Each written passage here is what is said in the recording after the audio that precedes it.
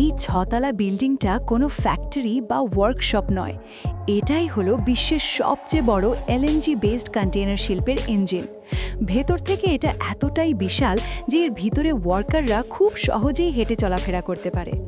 এই ইঞ্জিনটা ড্রাইভ দেয় এমন এক প্রোপেলারকে যার উচ্চতা একটা ডাবল স্টোরি বাড়ির সমান। আর স্বাভাবিকভাবেই যখন এটা কন্টেইনার শিপের ইঞ্জিন, তখন এতে ফিউয়েলও ভীষণ পরিমাণে লাগে। কিন্তু ঠিক কতটা? স্টার্টিং সময় এটা 1-2 লাখ লিটার ফিউয়েল গিলে ফেলে। অবাক করার মতো বিষয় হলো এর ফিউয়েল ট্যাঙ্কের ভেতরে 6টা অলিম্পিক সাইজের সুইমিং পুলও ফিট করা যেতে পারে। আর এতে ফিউয়েল হিসেবে ধরা হয় 2 কোটি লিটার লিকুইফাইড ন্যাচারাল গ্যাস। একবিংশ শতাব্দী চলছে, কিন্তু ইন্টারন্যাশনাল ট্রেডের 90% মালামাল আজও সমুদ্রপথে ট্রান্সপোর্ট করা হয়। সেটা একেবারেই শুয়ের মতো ছোট জিনিস হোক কিংবা সবচেয়ে বড় গাড়ি হোক না কেন, এই বিষয়টার আন্দাজ আপনি এভাবে করতে পারেন। ফ্লাইট রাডার 24-এর মতে যে কোনো সময় আকাশে 15 থেকে 20 হাজারেরও প্লেন বয়ে বেড়ায়। আর যদি মারিন ট্রাফিকের দিকে তাকানো যায়, তাহলে এই মুহূর্তে যখন এই ভিডিওটা বানানো হচ্ছে, পুরো পৃথিবী জুড়ে আশ্চর্যজনকভাবে 3,08,000 কার্গো শিপ যাত্রায় রয়েছে। এই কার্গো শিপগুলোর সাইজের কথা বললে আমরা মানুষ ইতোমধ্যে সবচেয়ে বড় থেকে বড় শিপ বানিয়ে ফেলেছে। এর থেকেও বড় শিপ বানানো সম্ভব, কিন্তু সেক্ষেত্রে সেগুলো মেজর ক্যানাল যেমন সুয়েজ ক্যানাল আর পানামা ক্যানাল দিয়ে আর চলাচল করতে পারবে না। তাই এখন কম্পিটিশনটা আর বড় শিপ বানানোর নয়, বরং যতটা সম্ভব বেশি ফিউয়েল এফিসিয়েন্সি বানানোর। আর ঠিক এমনটাই করেছে ফ্রান্সের শিপিং কোম্পানি CMA CGM। তারা চেয়েছিল বিশ্বের সবচেয়ে বড় ইকো ফ্রেন্ডলি শিপ বানাতে, যেটা ডিজেল বা HFO টাইপ ফিউয়েল নয়, বরং LNG-তে চলবে, মানে ন্যাচারাল গ্যাসের লিকুইড ফর্মে। 400 মিটার লম্বা এই জাহাজটির দৈর্ঘ্য ঠিক ততটাই যেন 4টে ফুটবল মাঠ এক সারিতে সাজানো হয়েছে। এর প্রস্থ 61 মিটার, উচ্চতা কুতুব মিনারের থেকেও বেশি। এই শিপটার টোটাল ওজন 7টা আইফেল টাওয়ার অথবা 11,500 আফ্রিকান হাতির সমান, মানে 70,000 টন। আর সেটা কন্টেইনার ছাড়াই। এই শিপে টোটাল 23,112 কন্টেইনার রাখা যায়। এটার বিশালতা আপনি এভাবে আন্দাজ করতে পারেন, যদি এই কন্টেইনারগুলো এক লাইনে সাজানো হয়, তাহলে সেটা প্রায় 150 কিলোমিটার লম্বা একটা সারি তৈরি করবে। কিন্তু আসল চ্যালেঞ্জটা শুধু এই বিশাল শিপ বানানোই ছিল না। CMA CGM-কে এমন শিপ বানাতে হয়েছিল, সেটাও মাত্র 2 বছরে, খুব অল্প সময়ের মধ্যে। এই কাজের জন্য হংকংয়ের একটি শিপইয়ার্ড বেছে নেওয়া হয়, যেটা 4 কিলোমিটার লম্বা এবং দেখতে একেবারে একটা ছোট্ট শহরের মতো। এখানে বিশ্বের বিভিন্ন প্রান্ত থেকে আসা 6,000 ওয়ার্কার দিন-রাত একটায় কাজ করেন। প্রত্যেকেরই আলাদা আলাদা টাস্ক নির্দিষ্ট করে দেওয়া থাকে।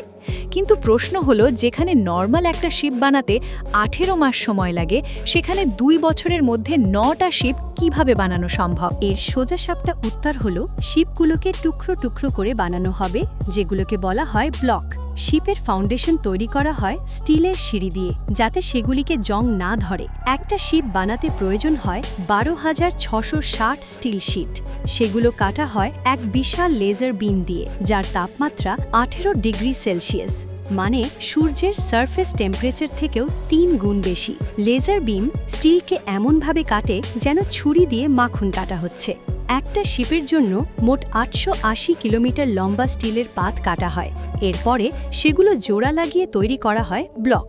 এই ব্লকগুলোর সাইজ কখনো একটা ঘরের সমান, আবার কখনো কয়েকতলা বিল্ডিংয়ের মতো উঁচু হতে পারে। আর সবচেয়ে অবাক করার মতো বিষয় হলো, এই ব্লকগুলোর ভেতরে পাইপ ওয়্যারিং আর অন্যান্য ফিটিংস আগে থেকেই ইনস্টল করা থাকে। এটা হলো বিশাল জাহাজের পেছনের অংশ, যেটা 5টা ব্লক একসাথে জোড়া দিয়ে বানানো হয়েছে। এই অংশটার ওজন 790 টন, মানে প্রায় 2টো ট্রেন ইঞ্জিনের সমান। এই বিশাল অংশটাকে শুধু লিফট করতে ব্যবহার করা হয়েছিল 2টো জায়ান্ট ক্রেন। এরপর একেবারে নিখুঁত হিসেব আর সূক্ষ্ম নিয়ন্ত্রণের মাধ্যমে এটাকে জাহাজে আগে থেকেই তৈরি করা কাঠামোর ওপর বসানো হয়।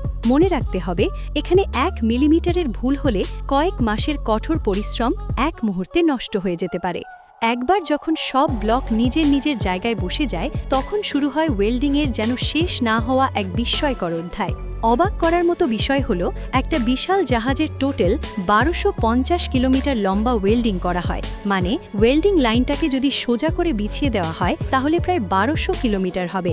ওয়েল্ডিং শেষ হবার পর প্রতিটা জয়েন্ট খুব সূক্ষ্মভাবে পরীক্ষা করা হয়, কারণ সমুদ্রের নির্মম ঢেউ সামান্য দুর্বলতা ক্ষমা করে না।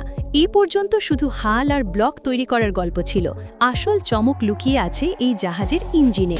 এই জাহাজ ট্রেডিশনাল অয়েল আর ডিজেল ফুয়েলে চলবে না, এটা ডিজাইন করা হয়েছে এলএনজি অর্থাৎ লিকুইফাইড ন্যাচারাল গ্যাস চলার জন্য। এটা পরিবেশের জন্য একটা বিশাল জয়, কারণ এলএনজি তেলের তুলনায় 99% কম সালফার অক্সাইড, 91% কম এয়ার পলিউশন আর 20% কম কার্বন ডাই অক্সাইড রিলিজ করে। এটা সমুদ্রযাত্রাকে পরিষ্কার আর পরিবেশ বান্ধব করার দিকে এক বিশাল পদক্ষেপ। কিন্তু যদি সিএমএ-সিজিএম শিপিং ইন্ডাস্ট্রিতে বিপ্লব আনতে চায় তাহলে তাদের বড় মূল্য দিতে হবে। এখানে সবচেয়ে বড় সমস্যা ছিল এলএনজিকে লিকুইড ফর্মে স্টোর করে রাখা, মানে এমন একটা ফুয়েল ট্যাঙ্ক যেখানে এলএনজি -161 ডিগ্রি সেলসিয়াস তাপমাত্রায় ঠান্ডা থাকবে। যদি এটা একটু গরম হয়ে যায় অথবা ফুয়েল ট্যাঙ্কের ইনসুলেশন ঠিক না হয় তাহলে এলএনজি গ্যাসে পরিণত হয়ে ছড়িয়ে পড়বে, আর তখন সব শেষ। এই বিশাল জাহাজকে এশিয়া থেকে ইউরোপ পর্যন্ত দীর্ঘ সমুদ্রপথ রিফুয়েলিং ছাড়াই পাড়ি দিতে হবে। এর জন্য দরকার এতে এলএনজি ফুয়েল ট্যাঙ্কও হতে হবে বিশাল। কিন্তু প্রশ্ন হলো, শেষ পর্যন্ত সেটা কত বড়? আশ্চর্যজনকভাবে এটা ইতিহাসের সবচেয়ে বড় চ্যালেঞ্জ। এই ফুয়েল ট্যাঙ্ক, যার ভলিউম 18,000 কিউবিক মিটার, ভিতর থেকে এটা এতটাই বড় যে এর ভিতরে 6টা অলিম্পিক সুইমিং পুল অনায়াসে ঢুকে যাবে। সব মিলিয়ে এতে প্রায় 2 কোটি লিটার এলএনজি ভরা যায়। কিন্তু আসল চ্যালেঞ্জ ছিল শিপের ভেতরে এত বড় ফুয়েল ট্যাঙ্ক বানানো নয়, বরং সেই ট্যাঙ্কে গরম থেকে বাঁচিয়ে রাখা। এটা এমন যেন জাহাজের ভেতরে 6টা সুইমিং পুলের সমান একটা জায়ান্ট থার্মাস বানানো হয়েছে।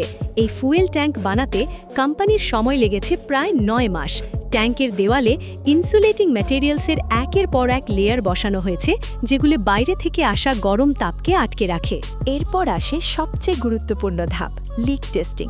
কারণ এই ট্যাঙ্ক পুরোপুরি এয়ারটাইট হওয়া ভীষণ জরুরি। এর জন্য ওয়ার্কাররা ব্যবহার করেছে একটা খুবই সিম্পল পদ্ধতি। জয়েন্টগুলোর উপর সাবানের পানি লাগানো হয়, আর তারপর একটা গ্লাস কন্টেনার রেখে কম্প্রেসারের সাহায্যে ট্যাঙ্কের ভেতরে সব বাতাস বের করে নেওয়া হয়। যদি কোনো জয়েন্ট দুর্বল হয় তাহলে ভ্যাকিউমের কারণে বাইরে থেকে বাতাস ভেতরে ঢুকবে আর সেখানে বাবল তৈরি হতে দেখা যাবে। এভাবে যেসব জায়গায় লিক ছিল সেগুলো আইডেন্টিফাই করে আবার নতুন করে রিপেয়ার করা হয়। লিক টেস্ট শেষ হওয়ার পর এরপর ইনসুলেশনের শেষ লেয়ার ছড়ানো হয়। এটা মাত্র 1.2 মিটার পাতলা শীটের তৈরি একটা বিশেষ মেমব্রেন। যখন -161 ডিগ্রি ঠান্ডায় এলএনজি এই মেমব্রেনের সংস্পর্শে আসে তখন স্টিল সংকুচিত হয়ে যায়। এই বিশেষ ওয়েভ ডিজাইন স্টিলকে ভাঙা ছাড়াই সংকুচিত হওয়া আবার প্রসারিত হওয়ার সুযোগ দেয়। আর এটা জেনে আপনি অবাক হবেন যে এই টেকনোলজি স্পেস স্টেশনেও ব্যবহার করা হয়। শেষ পর্যন্ত টানা 8 মাসের কঠোর পরিশ্রমের পর এই টেকনোলজির এক অসাধারণ সৃষ্টি, দুনিয়ার সবচেয়ে বড় থার্মাস প্রস্তুত হয়ে যায়। এবার আসা যাক এর ইঞ্জিনের দিকে।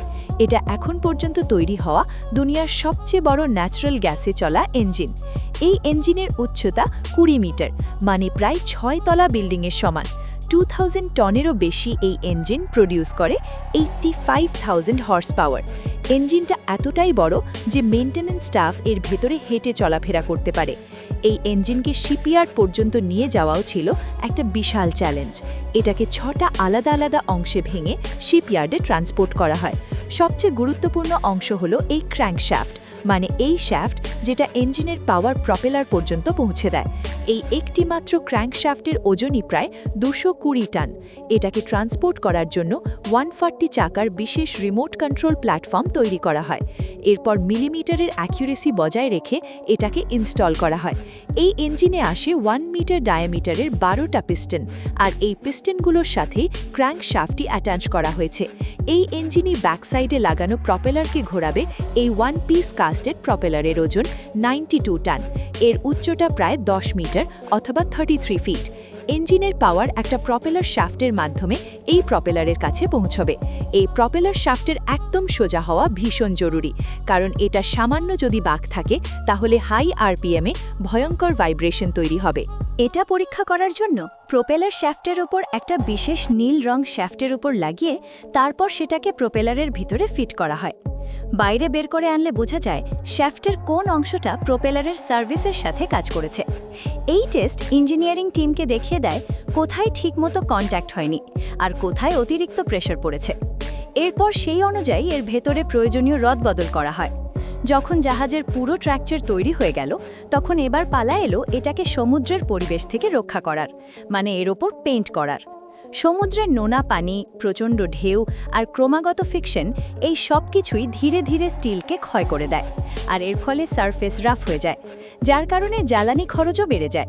এই সমস্যার সমাধান করতে জাহাজের ওপর ব্যবহার করা হয়েছে একটা স্পেশাল পেইন্ট। একটা শিপে প্রায় 10 লাখ লিটার পেইন্ট ব্যবহার করা হয়েছে, আর মোট এরিয়া ছিল 9,50,000 স্কোয়ার মিটার। সহজ ভাষায় বললে এটা ভ্যাটিকান সিটি এর থেকেও প্রায় ডবল। এরপর জাহাজের সবচেয়ে উঁচু আর শেষ ব্লকটা বসানো হয়, যাকে বলা হয় কমান্ড ব্রিজ। এটাই জাহাজের মস্তিষ্ক, যেখান থেকে ক্যাপ্টেন আর ক্রু মিলেমিশে পুরো শিপটাকে কন্ট্রোল করেন। 400 মিটার লম্বা এই বিশাল জাহাজের চারদিক জুড়ে লাগানো হয়েছে স্মার্ট আইস নামের এক অত্যাধুনিক সিস্টেম। এই সিস্টেমের মাধ্যমে ক্যাপ্টেন ব্রিজে বসেই পুরো 360 ডিগ্রি ভিউ দেখতে পারেন। অবশেষে 1.5 বছরের নিরবিচ্ছিন্ন পরিশ্রমের পর প্রথম জাহাজ জ্যাক সাদে প্রস্তুত হয়ে যায়। এরপর শুরু হয় 15 দিনের কঠোর সি ট্রায়াল। এই সময় জাহাজের একটা অংশ এক করে টেস্ট করা হয়। ইঞ্জিনের স্পিড টেস্ট করা হয়, এমার্জেন্সি ব্রেক টেস্ট করা হয়, আর ন্যাভিগেশন সিস্টেমও ভালোভাবে পরীক্ষা করা হয়। একই সঙ্গে পুরো স্ট্রাকচারের কোথাও কোনো লিকেজ আছে কিনা সেটাও চেক করা হয়। আর সবচেয়ে গুরুত্বপূর্ণ বিষয়, এর অ্যাঙ্কারকেও ডিপ্লয় করে পরীক্ষা করা হয়। এই জাহাজের অ্যাঙ্কার এতটাই বিশাল যে তার চেনের মাত্র একটা লিঙ্কের ওজন প্রায় 300 কেজি, আর পুরো চেনের ওজন প্রায় 60টা আফ্রিকান হাতির সমান। শেষ পর্যন্ত 15 দিনের সি ট্রায়াল সফলভাবে পাশ করে যায়। ইঞ্জিনিয়ারিং টিমের লো কার্বন এমিশন শিপ বানানোর স্বপ্ন অবশেষে বাস্তবে রূপ নেয়। শিপইয়ার্ড সময়ের বিরুদ্ধে দৌড়ে অবশেষে জয়ী হয়। রেকর্ড সময়ে একটার পর একটা করে এমন 9টা কন্টেইনার শিপ তৈরি করে ফেলা হয়। এই গল্প শুধু স্টিলের এক পাহাড় বানানো নয়, বরং এটা হাজার হাজার ওয়ার্কারদের মেধা, ঘাম আর দিন-রাতের নিরলস পরিশ্রমের কাহিনী। এই বিশাল জাহাজ এখন প্রস্তুত দুনিয়ার সমুদ্রগুলোতে রাজত্ব করার জন্য, আর সেটা করেছে আগের চেয়েও অনেক বেশি পরিষ্কার আর পরিবেশ বান্ধব ভঙ্গিতে। এই মেগাশিপ এই কথার প্রমাণ দেয় যে মানুষ যদি একবার কিছু করার সংকল্প নেয় তাহলে সে স্টিলের পাহাড়েও বাস্তবে রূপ দিতে পারে। এই ছিল বিশ্ব বিস্ময়ের আজকের এই ভিডিওতে। আশা করি ভিডিওটি আপনাদের সকলের কাছে অনেক ভালো লেগেছে। ভিডিওটি কেমন লেগেছে তা জানিয়ে কমেন্ট করুন। ভিডিওটি ভালো লাগলে লাইক এবং শেয়ার করুন। এরকম আরও ভিডিওতে আমাদের চ্যানেলটি সাবস্ক্রাইব করুন। ধন্যবাদ।